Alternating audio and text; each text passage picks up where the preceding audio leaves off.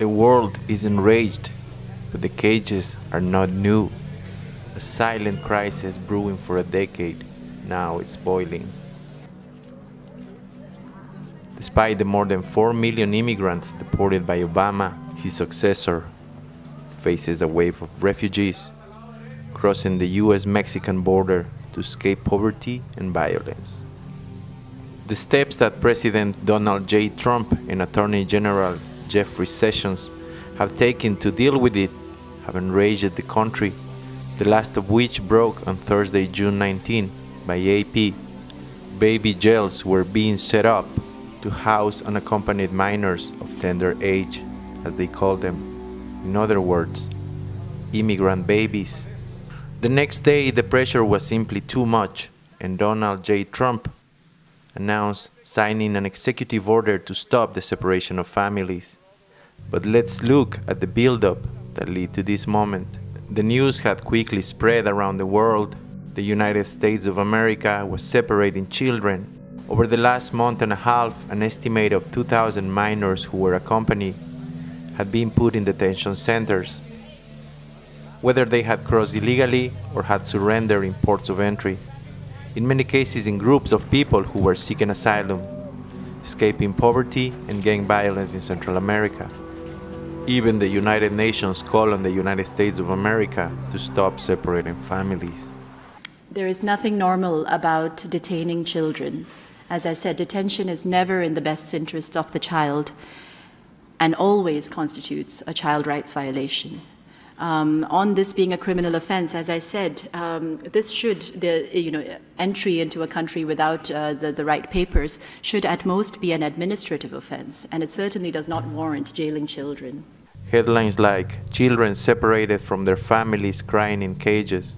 The Bible is used to justify the separation of immigrant families in the United States. Frightened children are being ripped from their parents' arms and taken to overflowing detention centers, which are effectively cages. The reference by General Attorney Jeff Sessions to St. Paul's Roman 13 letter, in which the saint made a call to follow Roman law and avoid immigrating to the capital, ignited outrage in both Christian and Catholic communities, with many congregations of all kinds having meetings to discuss what to do, facing the horrible reality of what Erica Guevara Rosas, Amnesty International's America Director, described as nothing short of torture, the severe mental suffering that officials have intentionally inflicted on these families for coercive purposes means that these acts meet the definitions of torture under both U.S. and international law. Children were separated from their parents and put in cages inside temporary detention centers, awaiting its transfer to facilities like this former Walmart in Brownsville, Texas. Their relatives will be sent to federal prisons like Eloy and Florence in Arizona. According to the Trump administration's own words, there is no system in place to reunite these families. In Phoenix, Arizona, inclusive and progressive churches are working with grassroots organizations to spread awareness and raise their voices of disapproval. Personally, I kind of understand it as a fear of brown skin or black skin or anybody outside of white Anglo. And so for me, it's also an issue of race, it's an issue of justice, it's an issue of economics, it's an issue of power, who has power, and who is really considered human and inhuman. This is our way to tell you to stop coming across our border because we're going to take your children. Reverend James Pennington is a senior minister at the First Congregational United Church of Christ in Phoenix, Arizona. By all definitions, an inclusive church. And we received several individuals in sanctuary, and also 2 years ago we started a immigration legal clinic that was sponsored by and run by the church. This time the church had called for a town hall where a panel of legal and social workers shared their expertise on the matter to an outraged public. And now they're transferring those children into ORR custody. Patrick Helling, managing attorney for the Florence Project, an NGO that provides legal assistance to migrants, confirmed what had been reported. Children had been separated from their parents and eventually placed in custody in facilities different than those of their relatives, whom according to the latest anti-immigrant laws are not entitled to bail and will remain incarcerated until they are deported. More temporary detention facilities are being erected, like this tent city jail in Tornillo, Texas, designed for housing families and children until further processing and eventual transfer. The immigrant kids that turn 18 and have not been reunified with a sponsor will be sent to general prison population. Carmen Smith Strada from the Florence Project confirmed this. There are a number of kids that arrive just before they turn 18 who will be transferred to detention centers for adults.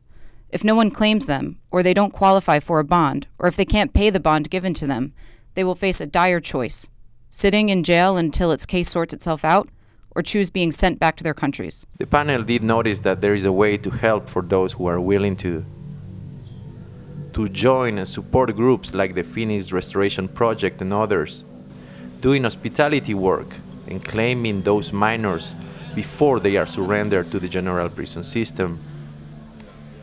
Jessica Brown, social worker with the Florence Project, who works with the actual children in detention, confirmed the severity of the trauma experienced by the caged children. Not only the trauma of what they were experiencing back home, the trauma of throughout their journey up to the U.S., but then arriving here, being split from the family, the protective parent that's been with them, and then not knowing really what's going to happen. Through the 2 hours of the town hall meeting, people kept relating to the immigrant families and comparing the caged children to their own. Even a group of mothers was formed to take direct, peaceful action in the matter. I've known that this has been happening for a long time, but seeing a lot of pictures in the news and videos of the actual children has really inspired me to want to stop this like right now. As a mom, I have a 2-year-old and a 4-year-old, and they're both of Latino descent. And so every time I see the reports on the news of children being ripped away from their mothers, from their fathers, it just makes me so I can't even sleep at night. I think one thing that we're facing with this issue of family separation is it's an acute form of state violence.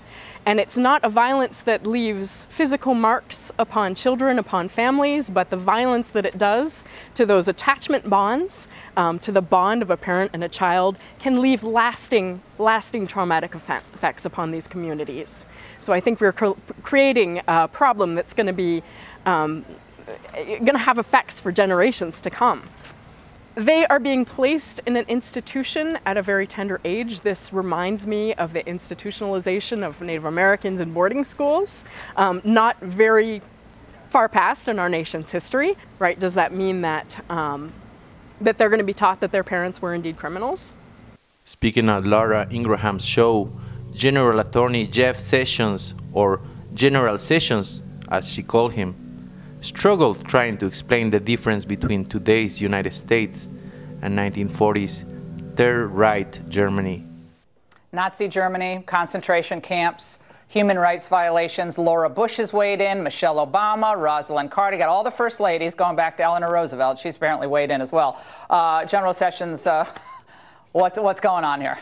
Well, it's a real exaggeration. Of course, in Nazi Germany, they were keeping the Jews from leaving the country.